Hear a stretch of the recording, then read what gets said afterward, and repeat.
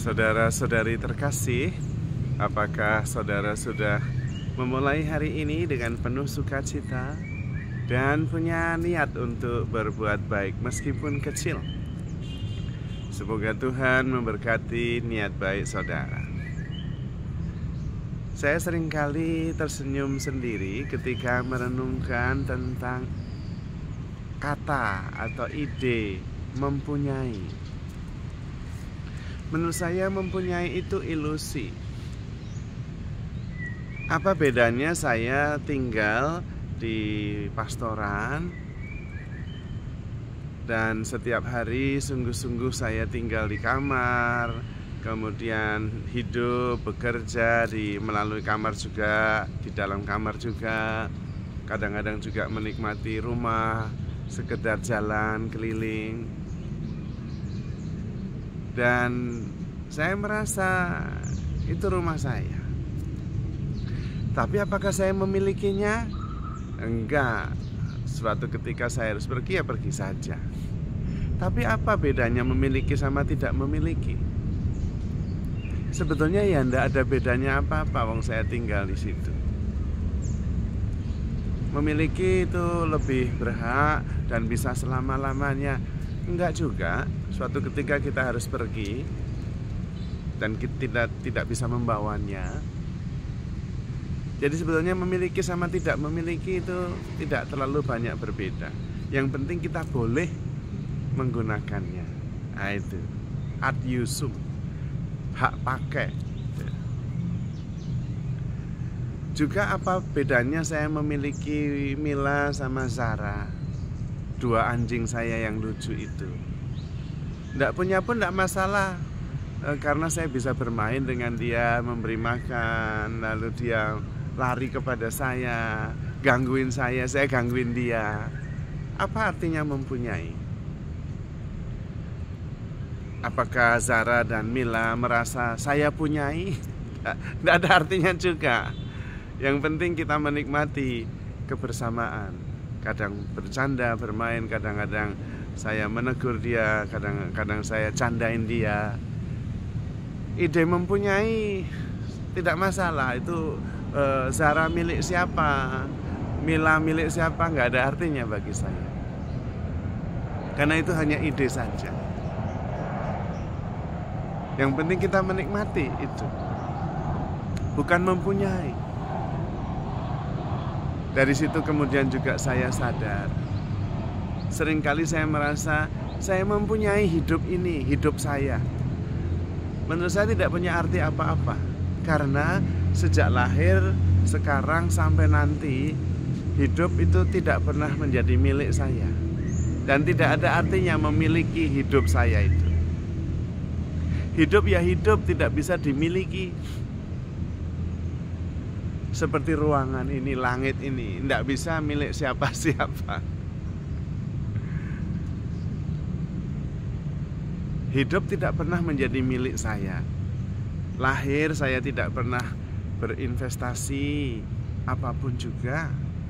Tidak pernah menyertakan modal sedikit pun tahun-tahun lahir. Kemudian bertumbuh, kemudian sampai sekarang. Hanya ego saya yang tiba-tiba mengatakan ini hidup saya. So what? Sesudah itu menjadi hidup saya untuk apa? Sebetulnya saya sadar kemudian bahwa terbalik. Bukan hidup itu milik saya, hidup milik ego, bukan. Ego yang menjadi milik saya, ego yang menjadi milik kehidupan. Di dalam kehidupan itulah ada ide, konsep tentang ego, bukan sebaliknya. Dan karena itu kalau ego merasa tidak bahagia dalam hidup, ego merasa frustrasi, ego merasa sakit hati, itu ego. Hidup tetap hidup, dan it's okay. Ketika ego tidak bahagia, it's okay. Ketika ego menderita, it's okay. Hidup tetap hidup, tidak masalah ego merasa bagaimana atau berpikir seperti apa.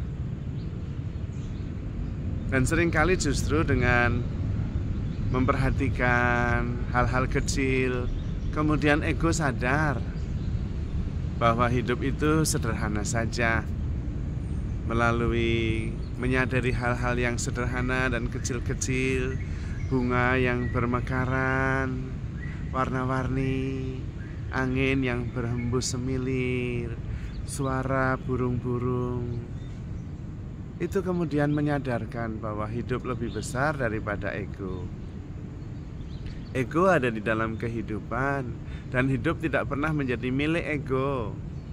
Sebaliknya justru ego ada karena hidup. Ketika kita lahir, kita belum terlalu berpikir tentang saya, ego. Apalagi berpikir bahwa ego mempunyai kehidupan, hidup saya, belum ada. Anak-anak hidup saja, tidak terlalu pusing dengan ego, dengan saya. Ini milik saya atau bukan milik saya, tidak ada urusan. Hanya dalam perjalanan dia diajari, ini milikmu, ini milik saudaramu, hendaklah kamu berbagi. Lalu kemudian ada feeling atau pikiran atau perasaan tentang memiliki, termasuk memiliki hidup. Padahal hidup ya hidup saja, terbuka, tanpa batas. Ego yang membatasi. Maka saya senang sekali ketika saya menemukan sebuah buku yang judulnya The Myth of Normal. Itu buku bagus sekali. Normal itu mitos. Lalu normal itu menurut siapa? Ukurannya apa? Yang ukur siapa? Ya tidak jelas. Masyarakat itu rumahnya mana? Ilusi bahwa ada sesuatu yang normal. Anda dan saya tidak pernah normal, wong tidak pernah sama. Unik. Tidak ada duanya. Bagaimana bisa normal? Disitulah kemudian kita perlu belajar bahwa hidup itu menakjubkan. Tidak harus normal, karena normal juga ilusi. Tidak harus milik saya, hidup itu milik saya. Tidak pernah. Dari awal sampai akhir kita tidak pernah memiliki hidup. Kita hidup karena Allah menghembuskan nafasnya. Maka kita menjadi makhluk hidup. Berarti nafas kita milik Allah. Kita dipinjami. Nah kalau nanti sudah diambil, it's okay. Karena itu memang bukan milik kita. Maka kalau kita menyadari bahwa hidup ini juga milik kita, kita tidak harus memiliki hidup ini. Hidup ini yang memiliki kita. Maka kita ada di dalam hidup terus, dan itu tanpa batas. You are the life, you are the love. Bersyukur saja boleh mengalami segalanya. Bersyukur boleh hidup. Semoga ego makin kecil dan hidup makin besar, sehingga ego tidak merasa sakit hati, menderita dalam hidup. Kalau egonya tidak ada, yang ada adalah kehidupan, adalah sukacita, syukur, keterbukaan, kehadiran, cinta kasih. You are the love, you are the life. You are the happiness you are looking for.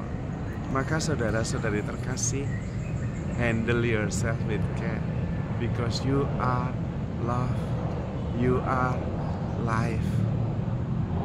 Tuhan memberkati.